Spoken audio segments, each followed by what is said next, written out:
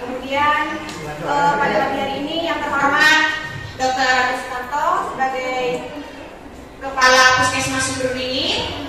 Kemudian yang saya hormati mbak-mbak dari Stikes Harapan Bangsa.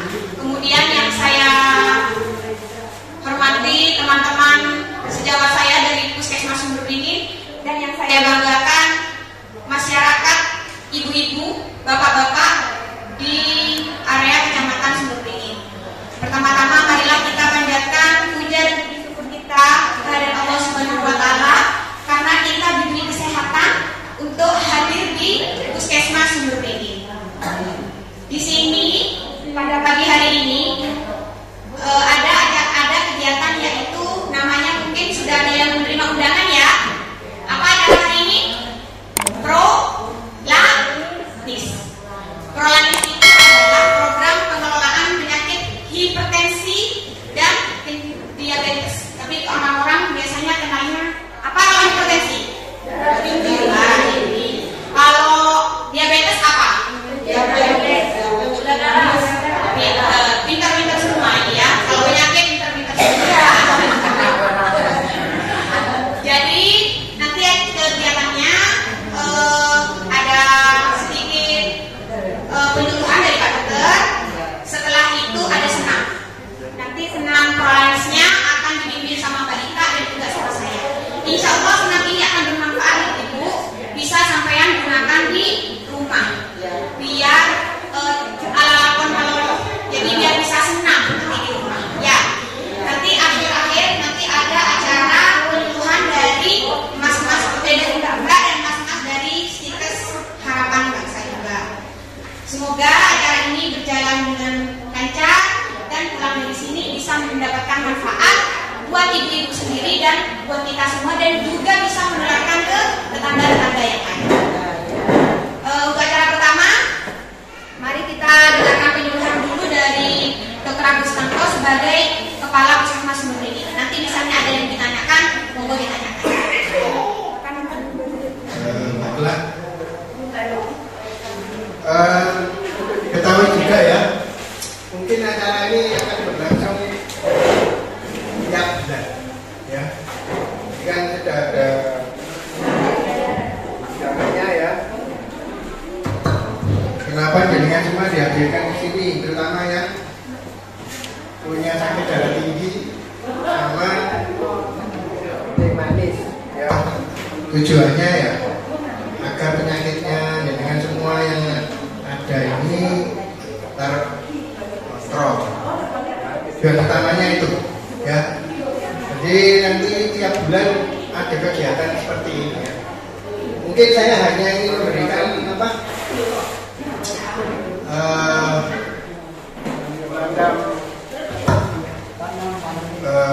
pengetahuan sedikit aja, ya. Kayaknya sudah tahu semua ya darah tinggi ini apa. Coba yang hadir di sini yang punya darah tinggi, banyak juga ya yang punya sakit kencing manis, yang punya sakit dua-duanya. Ya, jadi ini nanti saya akan berikan sedikit pemahaman. Mungkin saya tahu darah tinggi itu apa, ya. Nah ini ya, tekanan darah tinggi adalah suatu keadaan di mana ini istilah kedokteran ya. Yang paling gampang kita kan tanya kalau jadi tensi, atasnya berapa? Itu disebutkan sistolik. Kalau tensinya lebih dari sama dengan 104. Jadi kalau setiap ditensi, kalau di pasien lansia ya, ditanya. Kalau jenengan susah tuh bahasanya, bahasa kedokteran. Tensi saya atas berapa? Ya, yang bawah itu lebih dari sama dengan 90. Jadi kalau misalkan tekanan darah jenengan 150 per 80 masuk hipertensi ya? Masuk darah tinggi nggak? Masuk ya? Karena kan atasnya itu ya. Nah kalau misalkan, dok, saya itu kalau 130, tapi bawah saya 100. Masuk gitu ya. Ini juga ya. Kalau apa? Berdasarkan kriteria ini ya. Ini yang buat bukan orang Indonesia, orang Amerika sana. Ya.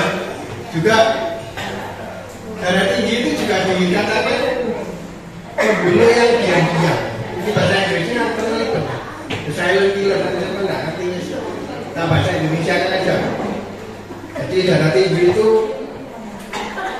adalah penyakit yang membunuh secara diam-diam. Meneng-meneng duduk-duduk itu. Ini bapaknya ada rokokan ya. Pak, bang ini nggak? Bangun ternyata. Dan hingga di sini ada. Dan orang Chinese juga di sini. Mungkin sudah tahu ya, Yu itu pas di ruang makannya lagi rokokan, kakinya tingkrangnya gitu, dipanggil sama istrinya, kok diam aja? Ternyata dia sudah enggak. Ya. Jadi ini menurut jenengan semua berbahaya enggak? Bahaya ya. Oke, lanjut. Nah ini ya. Kadang-kadang darah tinggi itu kan ditanya Pak, Bu sakit kok bisa sakit darah tinggi? Tahu dok, cuman kebanyakan tidak tahu faktornya. Tapi secara garis besar bisa dibagi dua. Yang bisa kita kontrol sama yang nggak bisa kita kontrol. Yang nggak bisa dikontrol apa? Misalkan ya, ini bapaknya ini ya, orang tuanya dulu atau bapaknya punya sakit darah tinggi, itu istilahnya genetik ya, bukan menurunkan langsung tapi punya resiko. Dia jenis kelamin, terus riwayat keluarga. Umur ini biasanya kalau sudah 40 ke atas biasanya nah itu sudah punya darah tinggi. Tapi sekarang ada juga ditemukan umur 15 tahun itu sudah darah tinggi ya. Ini umur nggak bisa dikontrol gitu ya. Terus biasanya ini ya laki-laki lebih banyak daripada perempuan. Kenapa? Kalau perempuan kan kalau dari sisi kesehatan dia punya kalau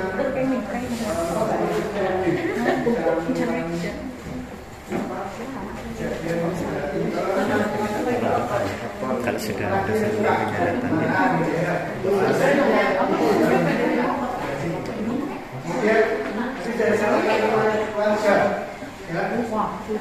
keluarga itu makanya kalau bapaknya enggak mungkin banyak ya itu bisa juga kan diturunkan ya. Jadi tidak ada di sini nih darah tinggi bukan penyakit yang diturunkan, bukan ya, bukan.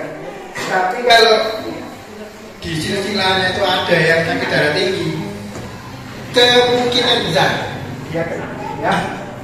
Ini yang satunya faktor yang dapat diubah ya. Pertama kegemukan, yang di sini kan pertama udaranya dulu ya. Makanya maka nggak terasa badannya gemuk ya. Nah yang termasuk gemuk ya, makanya juga harus kontrol merokok. Saya nggak cukup berhenti loh Pak ya. Dia tapi berhenti loh Pak. Saya berhenti nggak, saya nggak berhenti, mengurangi aja. Sulit itu. Tapi kalau bisa, ada kemauan bisa ya. Kurang olahraga ya.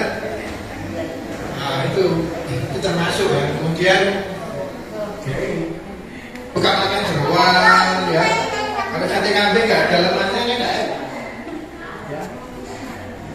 Itu ya. Terus kemudian ya itu tadi suka makan asin-asin. Sebenarnya kalau masak ya itu boleh, tapi nambah garam di tempat makannya itu nggak bisa. Sampai itu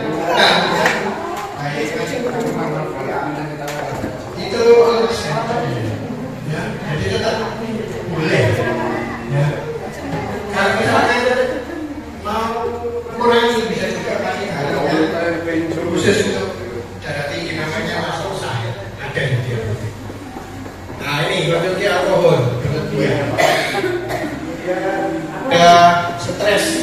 ya. Terus ada psikososial ya. Nanti tombolnya waktu mobil. Tapi kalau dengan apa kencing manisnya sangat berhubungan ya. Secara tidak langsung begini, kalau sampai kebanyakan gula, darahnya itu bisa agak kental. Itu ya yang menyebabkan darah tinggi, terus barat cairannya itu tambah merepotkan ya. Kemudian tadi batasi garam ya, kurangi garam sangat memasak.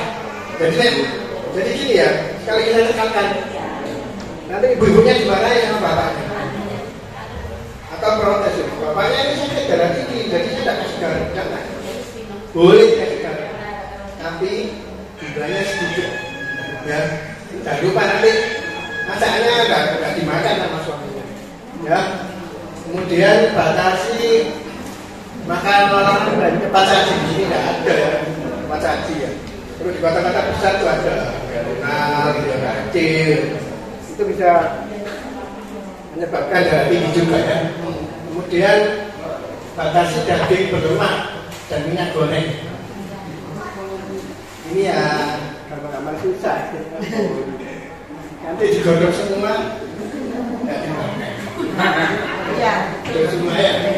Iya di apa ya? Kira-kira sendiri ya. 5 porsi buah-buahan dan sayuran per hari. 1 porsi setara dengan 1 buah jeruk, apel, mangga, pisang atau 3 sendok makan sayur yang sudah dimasak. Ini salah satu cara saja. Ya. Ya kalau tidak ada apel ya jangan diada-adakan. Apa yang ada ya di rumahnya pepaya ya. Kasih aja teman. Apa? Ada mangga. Sekarang kan di kebun ya jenengan semua kan ada. Ya. Ini komplikasinya. Ya.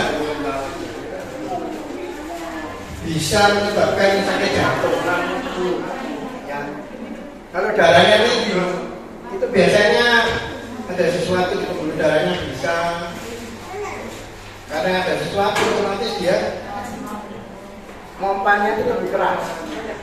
Itu bisa menyebabkan sakit jantung. Yang paling sering terkena stroke ya. Orangnya tidur gitu, entah itu perempuan atau laki-laki tidur dibangunin nggak bisa, ternyata sudah ngorok repot. Itu sudah ada perdarahan ya di dalam apa otaknya. Ini juga terkait dengan tadi yang membunuh peran. Nah, kalau tensinya jadinya itu naiknya begini, nah kalau naiknya itu dari sini langsung begini, langsung bisa pingsan. Misal di kamar mandi lagi, kamar mandi langsung jatuh. Itu ada kemungkinan tensinya itu bukan begini naiknya. Naiknya langsung itu bahaya. Bisa juga sakit ginjal, ya. Kemudian ada kerusakan di dalam rongga bola matanya di belakangnya, di belakang orang-orang hitam-hitamnya itu. Karena apa? Saking tingginya tekanan apa? Darahnya. Ya. Kemudian penyakit pembuluh darah ini bisa, ya. Gangguan saraf, ya. Gangguan otak, jadi banyak, ya. Kemudian bagaimana cara mengendalikan, ya? Yang saya temui ya, kalau ditanya Pak, kok nggak kembali? Sudah enak gimana? Sudah tak pusing, ada di rumah punya alatnya untuk Nancy, punya kan? Ada yang punya ya? Kan ada posyandu ya. Jadi satu kali itu apa namanya kena darah tinggi harus terus berobat sampai kapan? Ya kalau sudah berhenti napasnya nggak bisa berobat. Ya. Ini ada singkatannya patung. Periksa kesehatan secara rutin dan ikuti anjuran dokter. Biasanya diberitahu Pak, ini balik lagi sampai balik. Ditunggu-tunggu gak kembali seminggu 2 minggu, sebulan balik. Loh, Pak sudah sadar. sudah enak coba ya minum obat ya. Jadi pertama itu harus rutin ya. Kalau misalnya seminggu sekali, nanti biasanya kalau sudah normal itu bisa dikurangi makan obatnya ya. Kemudian atasi penyakit dengan pengobatan yang tepat dan teratur. Jangan beli obat di warung sendiri ya. Ya. Nanti biasanya begini. Mungkin si ini sakit darah tinggi itu tetangganya, wah ini gejalanya kok sama ya dengan saya. Oh saya dulu dikasih Pak Dokter ini obatnya dikasih tetangga, sembuh wis gak berobat. Nah itu nggak boleh kayak gitu ya. Itu bahaya juga ya. T-nya tetap diet dengan gizi seimbang. Ya, gizi seimbang ini apa susah juga ya. Di rumah punya nasi sama sayur sama ya udah itu aja mau seimbangnya gimana? Ya, pokoknya mengurangi lemak-lemak tadi ya, garam itu ya seperti itu. Punya upayakan aktivitas fisik dengan aman. Jadi harus olahraga. Ya. Kapan saya ada pasien dari mana? Kajati, kebetulan ibu-ibu. Ternyata saya tanya kerjanya apa? Kan bataku. Berat ya? Iya. Ya. Angkat-ngangkat itu ya. Ya kalau dia kelelahan, biasanya tensinya mesti naik. Jadi dikira-kira sendiri kan. Ya kalau kerjaannya nggak bisa ngomong ya sama kerjanya dan itu ya. Tapi ya dikirakan ya. Kerja terus ya nggak boleh ya, bisa dari kiraannya ya.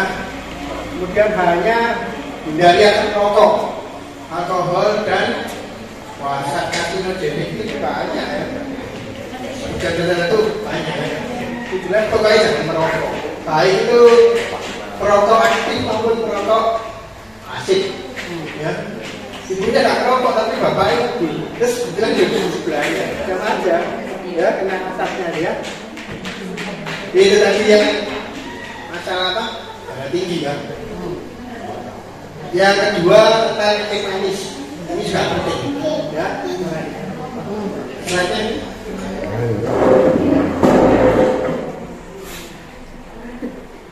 Nah ini ya. Teh manis itu apa sih? Itu penyakit jangka panjang, kronis jangka panjang yang perlu diwaspadai. Adapun tanda utamanya adalah gula darahnya. Gula darahnya apa? Meningkat ya. Dan gula melalui melebihi nilai normalnya. Biasanya berapa? Kalau standarnya ya 200 sudah tinggi. Kalau acak itu mestinya di bawah 140 ya. Cukup itu 100 ya. Kemudian terjadi ketika tubuh pengedarnya tidak lagi mampu mengambil gula secara besar. Ya. Ini teorinya ini pada akhirnya menghasilkan ya. Jadi karena ya, tambah kurus, ya, banyak kencing malam hari, ya, terus sering haus, ya, paling gampang ini ya. Ini kan luka yang sulit ya sembuhnya, itu banyak sebab. Tapi kalau jelas sih kalau berat badannya makanya banyak ya, tapi karena naik kurus, ya. Terus apa?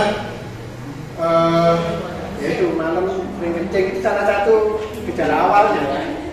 Kemudian ini misalkan orang yang pakai kacamata kok sering belum 3 bulan sudah nggak cocok lagi kacamata, itu harus diwaspadai. Kalau tadi kencing manis sebenarnya ada 2 macam. Di sini ada yang sudah pakai injeksinya belum? Yang disuntik? Nggak ada ya? Alhamdulillah nggak ada ya.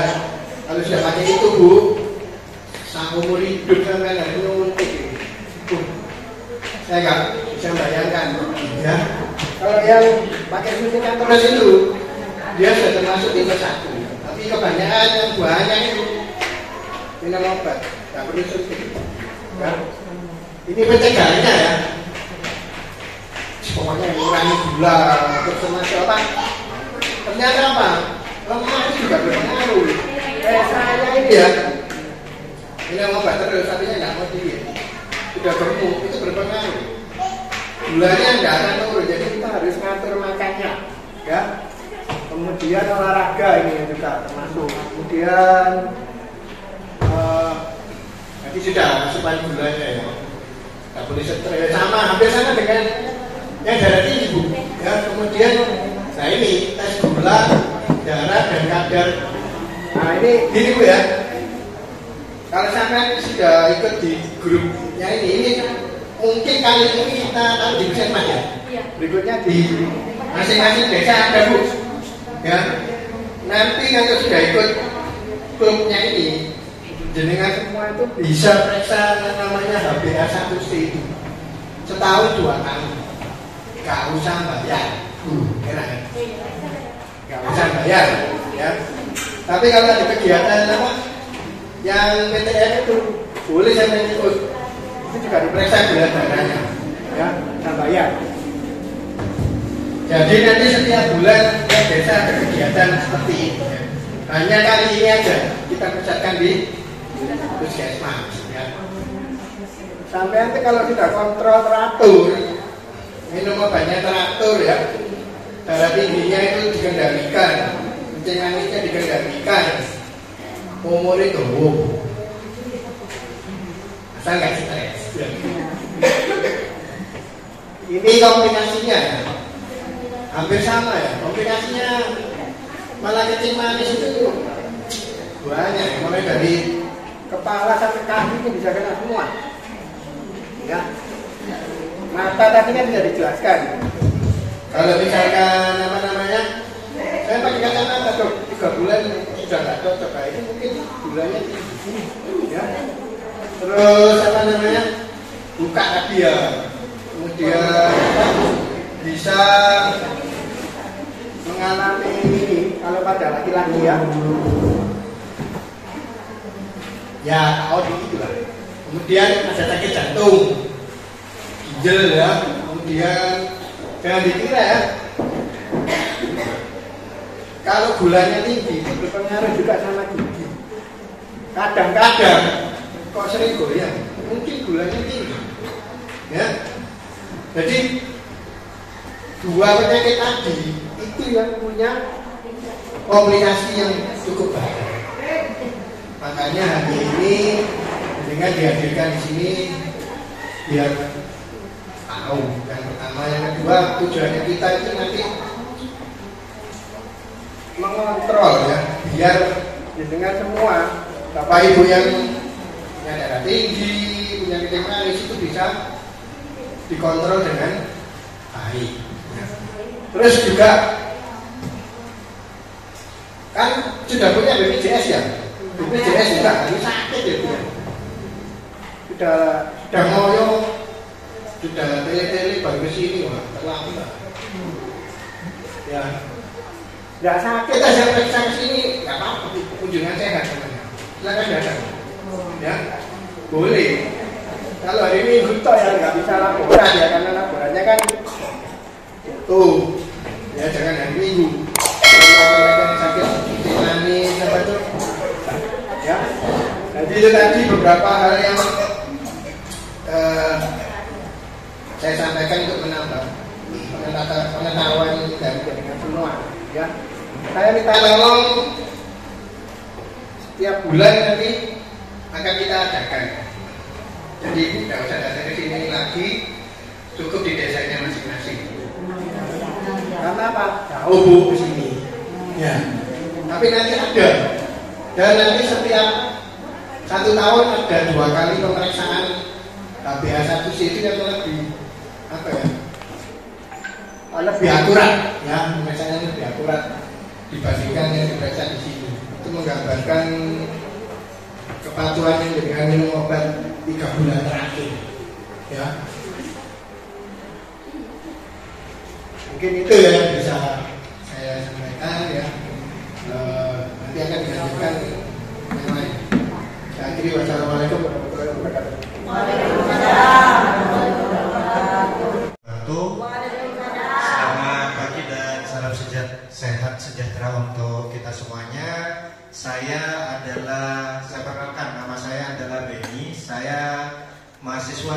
Stikes Harapan Bangsa Jember, yang kebetulan saya kalau di puskesmas ini di bagian farmasi. Maka dari itu juga saya ingin memperkenalkan teman-teman saya. Yang pertama ada Nurulia Diah Ajitasari. Mbak Riri ini dinasnya di Puskesmas Wonosari. Oke. Dan setelahnya ada Ibu Yesi. Beliaunya juga di Puskesmas Tenggarang. Yang terakhir adalah Ibu Handana. Itu dinasnya di Rumah Sakit Paru Kabupaten Jember. Jadi kami sengaja datang ke sini ingin memberikan sebuah ilmu yang dimana mungkin bisa dimanfaatkan untuk digunakan di rumah, yaitu adalah dagu sibu, yang kepanjangan dari dapatkan, gunakan, simpan, dan buang. Oke, next. Kenapa sih kita harus mempelajari ini? Karena apa? Kita sering berinteraksi dengan obat. Mungkin di dalam ruangan ini yang tidak pernah minum obat ada obat dengan benar. Diingat-ingat, dagu sibu. Coba diulang. Dagu sibu. Oke, luar biasa. Next. Dapatkan obat dengan benar. Jadi kalau Bapak dan Ibu ingin memberi obat yang baik, belilah di tempat yang benar. Tempat yang benar di sini bisa di puskesmas, apotek, rumah sakit. Mohon maaf, bukan bermaksud untuk meremehkan seandainya ada toko-toko kecil yang menjual obat.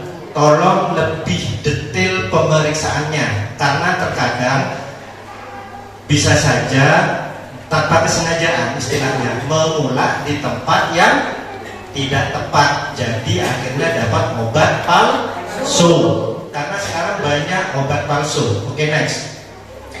Konsultasi dengan apoteker atau tenaga kesehatan apabila Bapak Ibu ingin meminum obat. Jangan norok kancana sakit riak, ngenom kiah mandere beres, belum tentu berezeki. Harus tepat, karena sama-sama penyakit diabetes, sama-sama penyakit hipertensi, belum tentu sama berapa tinggi, berapa gulanya. Kalau seandainya menggunakan obat yang sama, ya kalau cocok. Kalau tidak cocok, gimana ke alam lain. Next, perhatikan penggolongan obat. Jadi di dalam obat itu banyak berisi informasi. Jangan segan-segan untuk membaca. Perhatikan peringatan. Jadi di setiap kemasan itu pasti ada peringatan. Baca dengan teliti semua informasinya sebelum dipakai. Dan yang terakhir adalah kadaluarsa. Itu yang paling penting. Setiap apapun, makanan, obat, apapun, susu, tolong diperiksa dulu kadaluarsanya. Next. Ini adalah tanda kalau seandainya obat yang Bapak Ibu minum itu ada tanda merah seperti di atas, itu artinya obat keras. Jadi obat itu harus dengan resep dokter. Contoh antibiotik.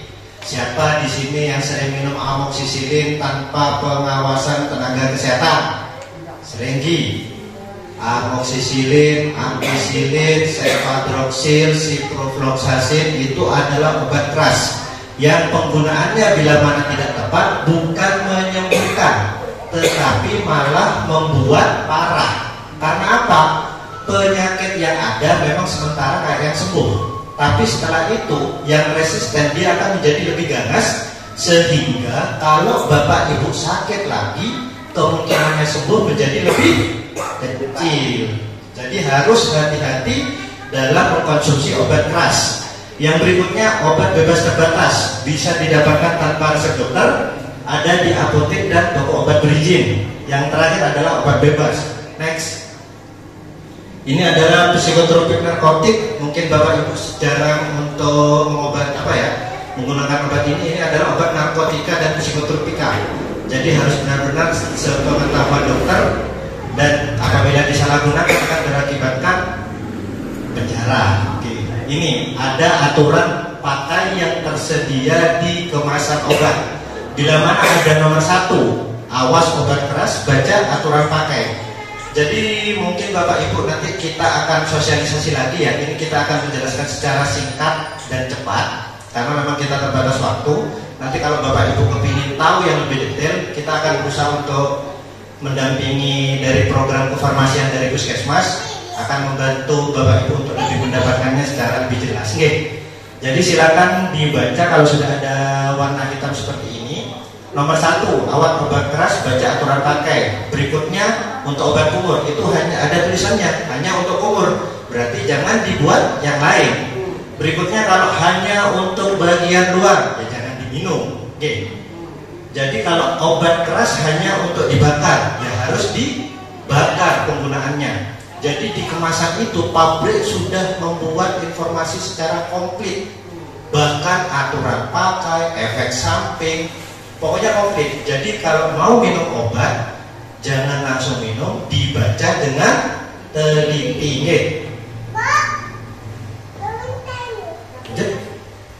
Nah, ini ada tanggal kadaluarsa yang sangat fatal. Apapun itu, kalau sudah kadaluarsa lebih baik tidak usah digunakan kalau mau nyari aman. Tapi kalau mau sedikit aman, ya boleh diminum. Bahkan ada yang bilang, ya masih 1 tahun bisa dipakai. Betul. Karena pabrik untuk mengecek efek itu, dia menggunakan waktu tercepat. Jadi kalau seandainya dia produksi 10.000 tablet, dia akan memperhitungkan tanggal berapa yang paling cepat rusak. Nah, jadi ya nggak masalah, tapi lebih aman kalau sudah ini jangan dipakai. Lanjut.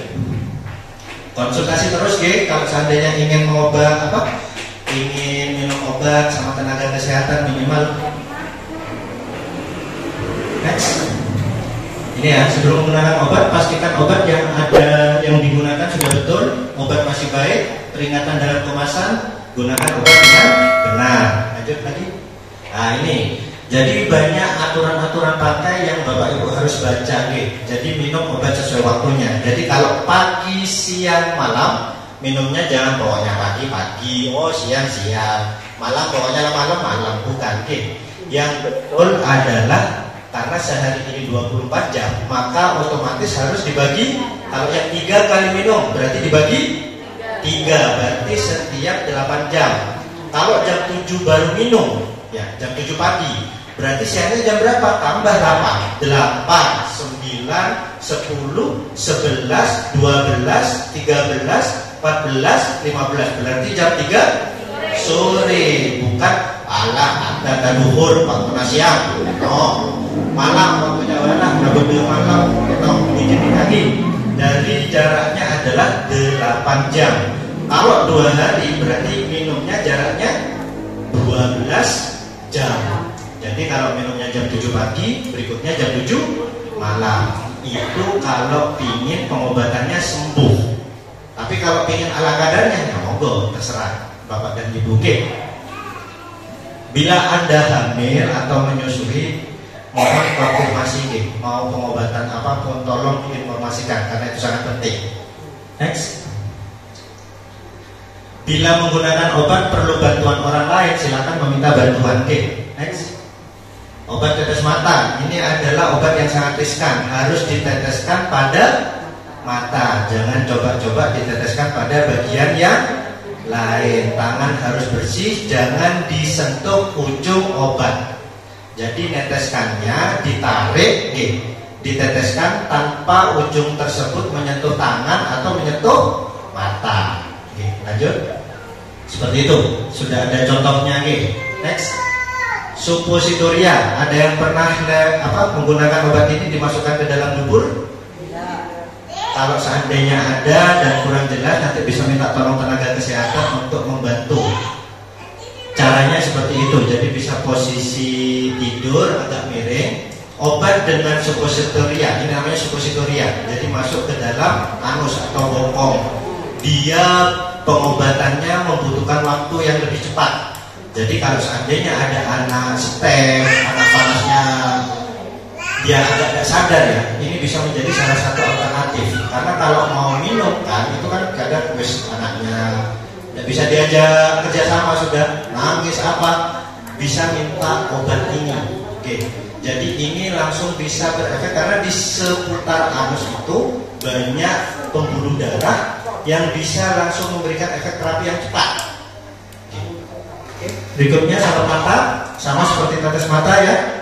Kalau mau menggunakan harus tangannya bersih, baru ujungnya jangan dipegang. Seperti itu. Tetes hidung. Tetes hidung cara netesnya ke hidung. Oke, jangan diteteskan ke yang lain karena beda. Karena pernah saya mengalami itu orang sakitnya mata dikasih tetes hidung, ya sudah, wah ini paling namanya saya sudah dikasih tenaga kesehatan, pasti betul meskipun ada tulisannya hidung, pakai aja, ternyata sakit, ya salah soalnya, karena tenaga kesehatan juga bisa salah. Next, obat semprot hidung, ini juga ada, jadi disemprotkan ke hidung, nanti bisa lega. Itu contohnya seperti itu. Ini adalah untuk yang penggunaannya sesek, dia bisa melegakan tenggorokan. Obat telinga, obat yang diteteskan untuk telinga. Jadi penetesannya juga sama, jangan diteteskan ke bagian yang lain. Seperti anak-anak kalau memang sedikit apa ya istilahnya pendengarannya kurang, silakan dibawa ke puskesmas untuk diperiksa. Nanti bisa dapat obat tetes telinga. Setelah penggunaan obat, kita harus mengevaluasi apakah ada perubahan, apakah ada efek samping yang ditimbulkan. Contohnya misal kantuk, gatal, perih lambung, itu harus dibaca. Jangan sampai ketika kita minum obat efek samping ini terjadi, kita tidak siap.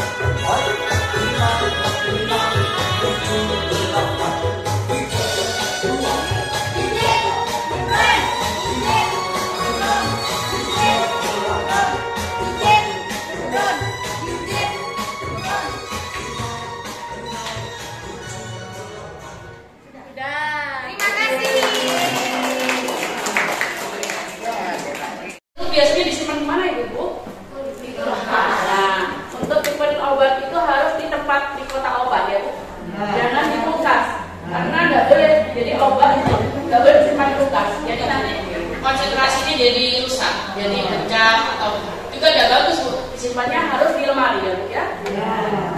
Terus nanti kalau sudah diminum sirupnya, setelah dibuka itu dalam waktu 7 hari atau seminggu setelahnya jangan dipakai lagi, jadi dibuang ya Bu ya, jangan diminum lagi. Jadi seandainya belum sembuh nanti, oh dulu saya minum obat itu, diminum lagi, itu jangan ya Bu ya. Terus untuk nyimpannya juga harus di lemari, jangan di kulkas ya. Terima kasih. Assalamualaikum warahmatullahi wabarakatuh.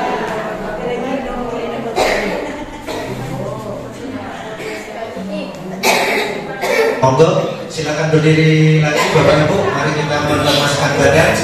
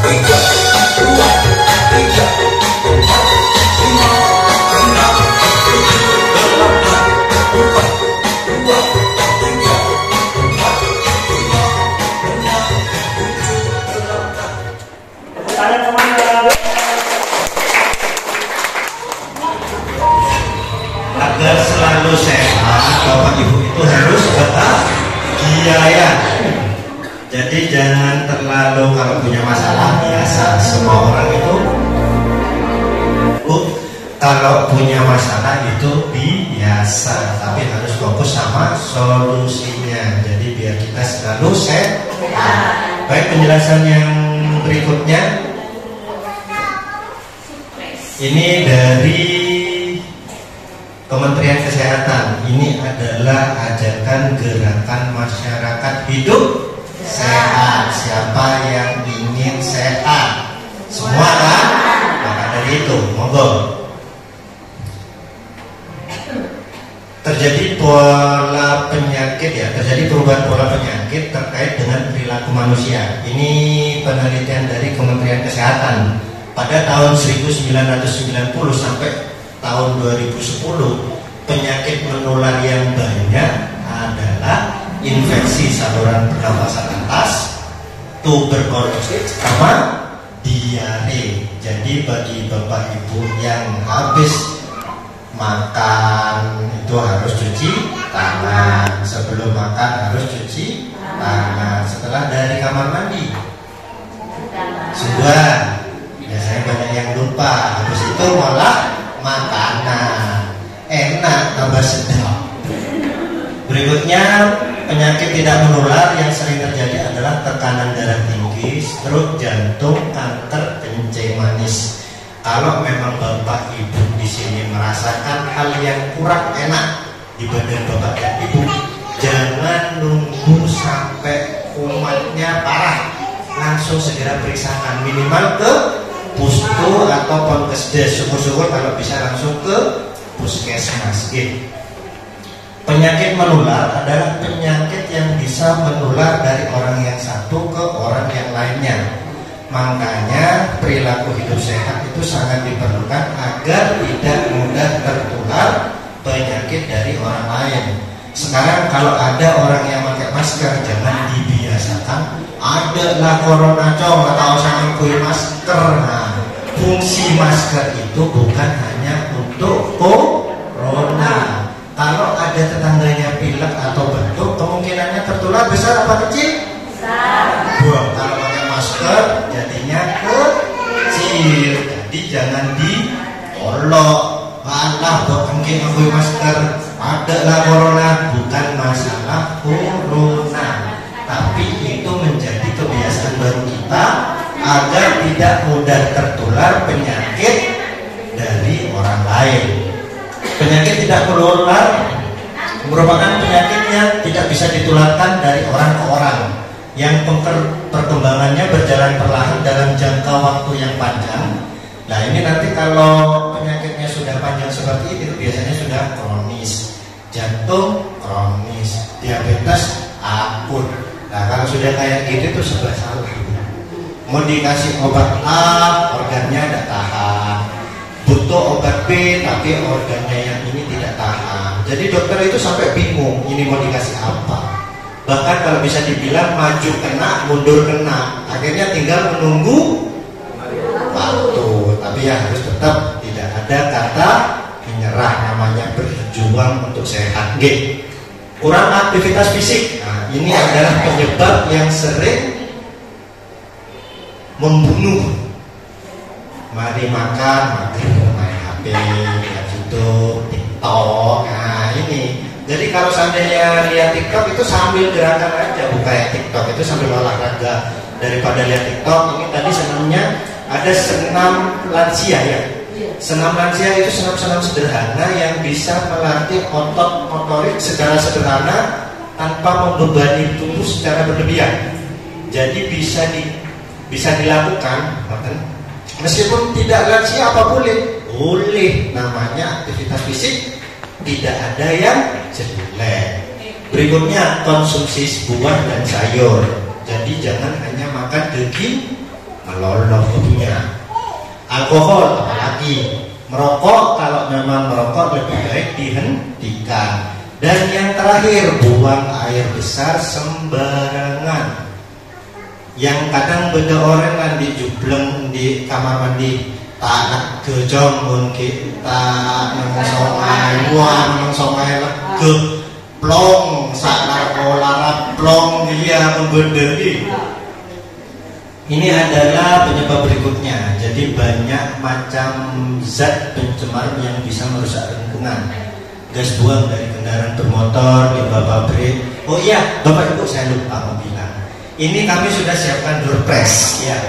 Jadi kalau bisa Bapak dan Ibu sedikit menyimak. Nanti kami akan sedikit memberikan pertanyaan-pertanyaan sederhana dari rekan-rekan saya yang berhasil dapat door press. Jadi tolong disimak lo ya. Lupa saya baru bilang. Tuh di pojokan itu, ya itu kan ya meskipun tidak mewah, yang penting lumayan lah daripada tidak tahu apa-apa pulang. Berikutnya, jika zat pencemar masuk ke tubuh manusia bisa menyebabkan penyakit tidak menular. Gerakan untuk memberantas penyakit tidak menular itu harus dibuat gaya hidup sehat. Jadi yang biasa gaya hidupnya tidak sehat, kalau bisa dikurangi perlahan. Next. Pengertiannya, suatu tindakan yang sistematis. Jadi kegiatan ini bukan hanya satu kali aja.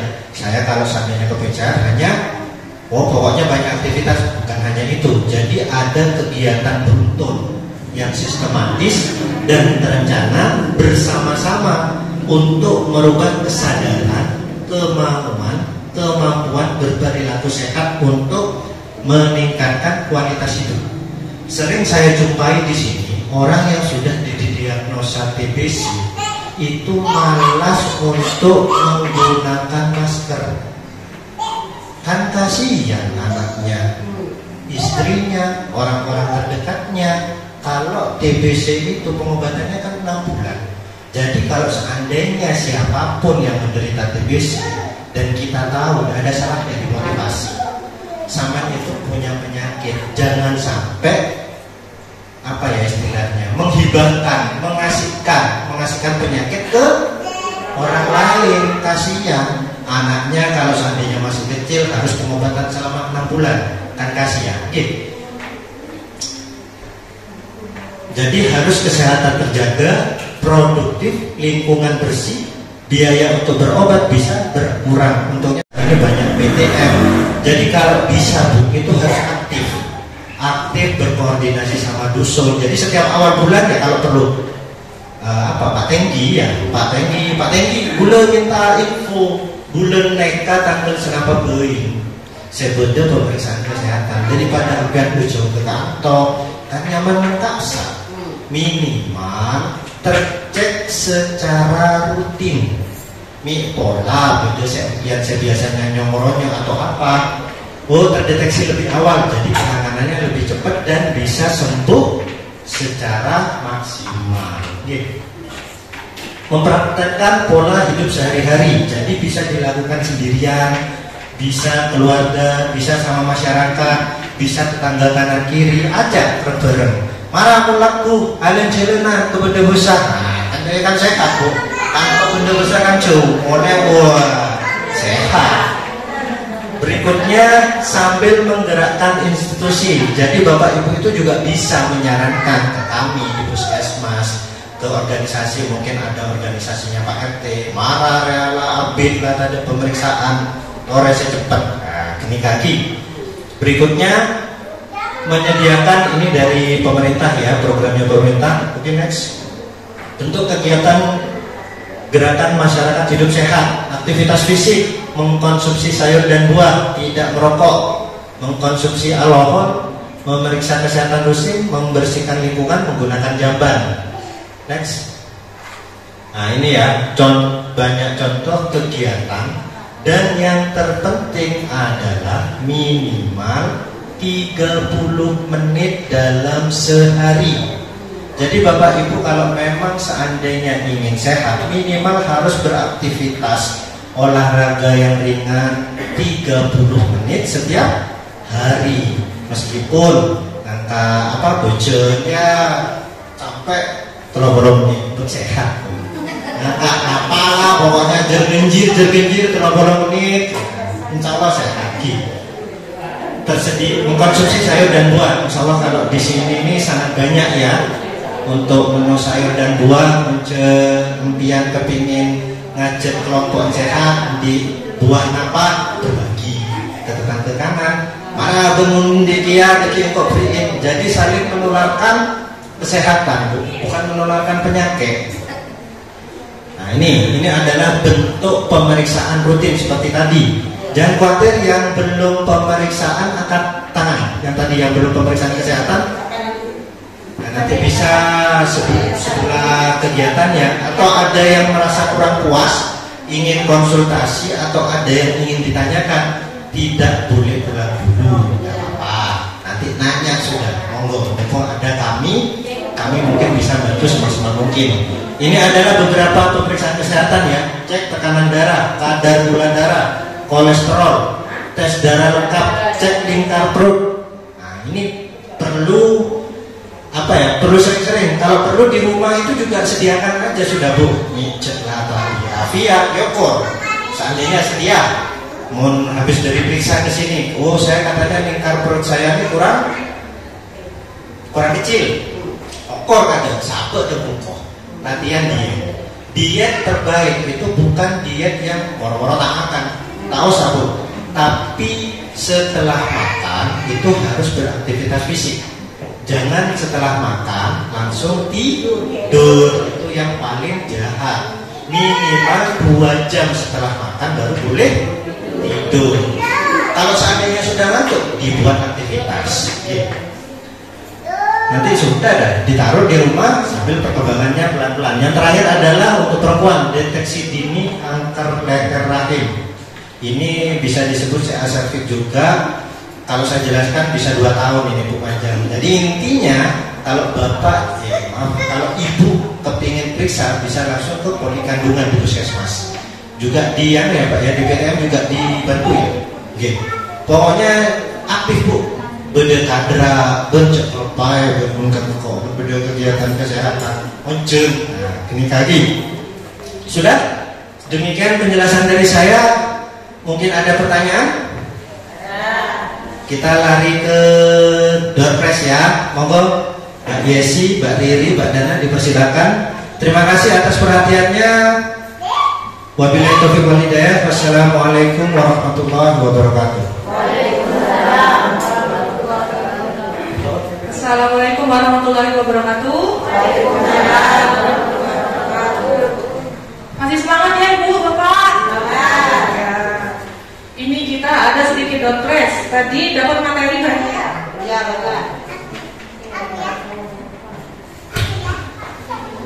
Masih ingat tadi materinya Bu? Pak, masih ingat? Ingat sedikit. Saya tes ya. Yang bisa jawab pertanyaan nanti kita kasih doorpress. Ya. Pertanyaan yang pertama, berapa lama penyimpanan sirup? Yang bisa jawab? Ini dari kerudung coklat belakang. Namanya siapa Ibu? Bu Suparti. Berapa hari? Ya, jawabannya betul sekali.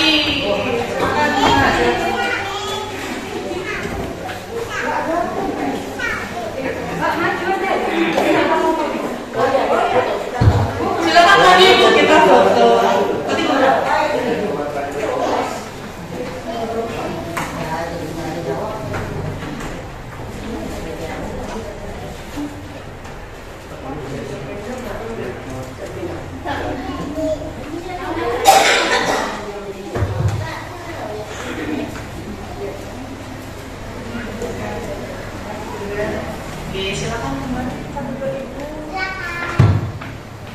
Yang lain masih semangat ya?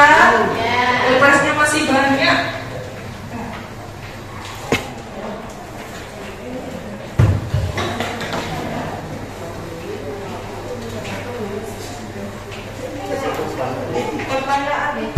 Pertanyaan yang kedua, sudah siap? Di mana penyimpanan sirup yang benar? Tahu tadi? Coba itu angkat tangan dulu ya. Tadi yang paling cepat itu kerudung merah. Jadi angkatan dulu baru dijawab. Kalau jawab dulu nanti yang nggak tahu yang sudah gini dulu bisa jawab. Ya, nanti yang juga bisa jawab dilempar ke peserta yang lain. Di mana itu penyimpanan sirup yang benar? kemari. Bukan di? Bukan itu. Bukan. Bu siapa namanya Bu? Sukani. Sukani.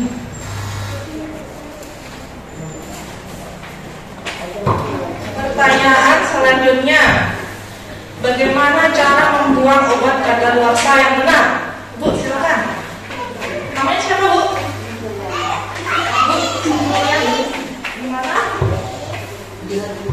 Buang di? Caranya gimana? Hasilnya? Oke, silakan nih.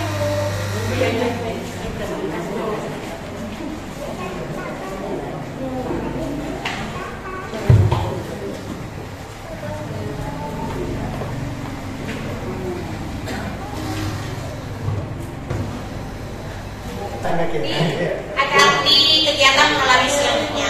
Terima kasih. Wassalamualaikum warahmatullahi wabarakatuh.